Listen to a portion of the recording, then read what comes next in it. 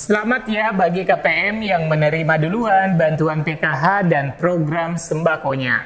Hari ini resmi disalurkan bantuan PKH senilai 34.324.503.232 rupiah bagi 69.983 keluarga penerima manfaat. Selain itu disalurkan pula bantuan sembako tahap 1 sampai dengan 3 senilai 75.440.200.000 rupiah bagi 251.343 KPM. Bantuan logistik pun disalurkan senilai 747.063.000 rupiah. Nah, daerah mana saja yang resmi disairkan? Simak informasi lengkapnya hingga tuntas. Saya akan segera kembali setelah tayangan singkat berikut ini.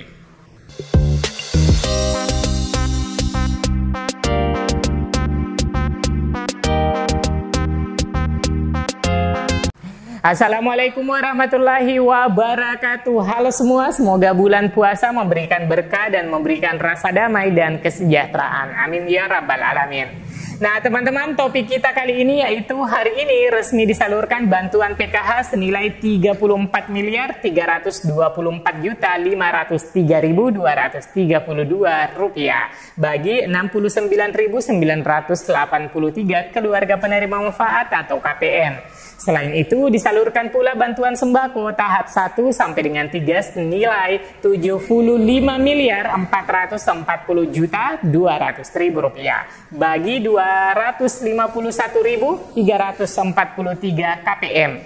Bantuan logistik pun disalurkan senilai 747.063.000 rupiah.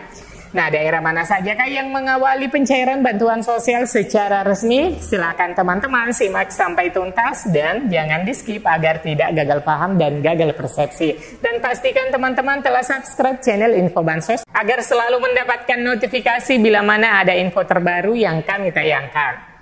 Nah baik teman-teman, berita pencairan secara resmi ini kami peroleh dari informasi dari situs resmi Kementerian Sosial hari ini. Berita dari Tangerang 27 Maret 2024. Kementerian Sosial kembali menyalurkan bantuan bagi pemerlu layanan kesejahteraan sosial PPKS di Provinsi Banten. Kemensos bersama Komisi 8 DPR RI menyerahkan bantuan senilai 110,5 juta.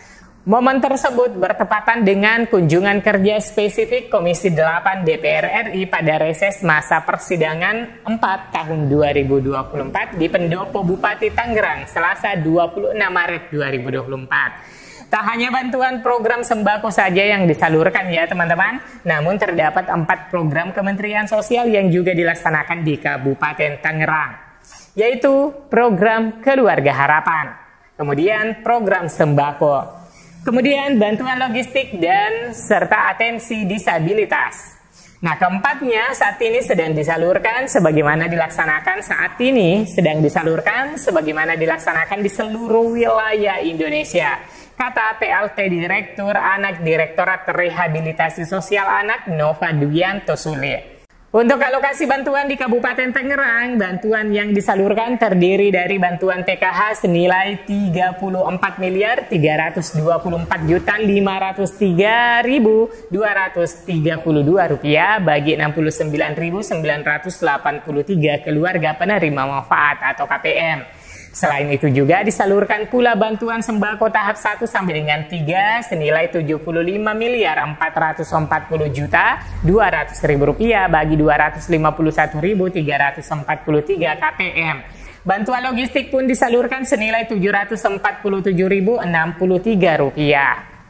Untuk Kabupaten Tangerang, khusus bantuan atensi, Kemensos memberikan bantuan sesuai hasil asesmen apabila yang bersangkutan memerlukan alat bantu atau bantuan pengembangan modal usaha, kata Nova Duyanto Sule.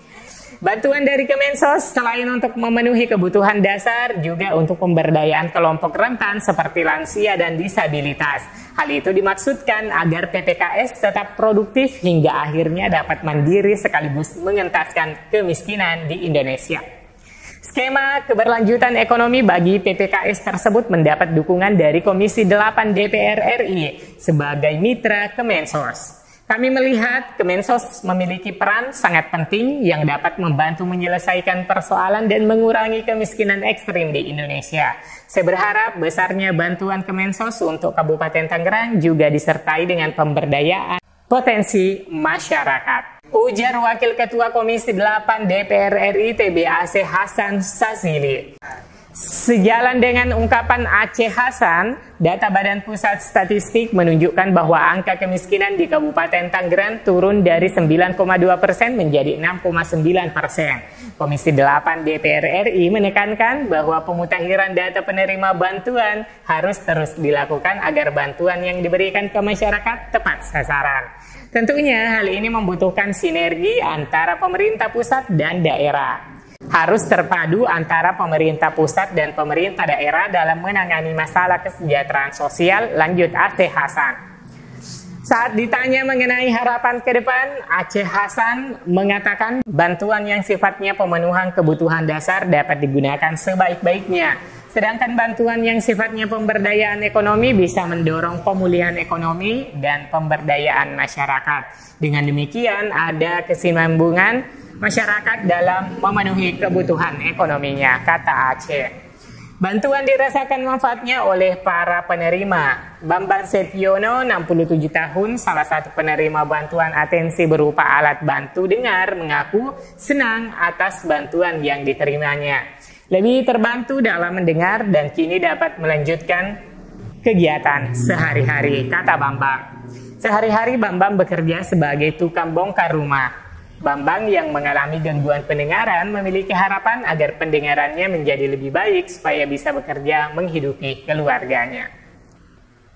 Nah, teman-teman, ada agenda dari Kementerian Sosial terkait penerima bantuan YAPI. Baru-baru ini surat Kementerian Sosial turun perihal asesmen dan penyaluran bantuan atensi yatim piatu atau YAPI tahun 2024 yang ditujukan kepada SDM PKH, di mana SDM PKH yang mendapatkan tugas untuk melakukan survei dan penilaian bagi calon penerima bantuan YAPI. Daftarnya masuk dalam prelis pada aplikasi Six Mobile, pendamping PKH untuk terlibat aktif dalam asesmen. Nah, mungkin teman-teman yang masuk dalam daftar yang akan dikunjungi dalam waktu dekat ini. Bila saja yang disurvei adalah anak yang bakal menerima bantuan, yaitu kategori anak yatim, kemudian anak piatu, dan anak yatim piatu. Pemerintah memberikan bantuan sosial bagi anak-anak yatim piatu melalui bantuan sosial atensi yatim piatu, YAPI. Bantuan ini diberikan untuk memenuhi kebutuhan sang anak yang kehilangan salah satu atau kedua orang tuanya. Bansos YAPI, yatim piatu atau YAPI ini diberikan kepada anak yang tercatat sebagai penerima atensi yatim piatu YAPI pada tahun 2024.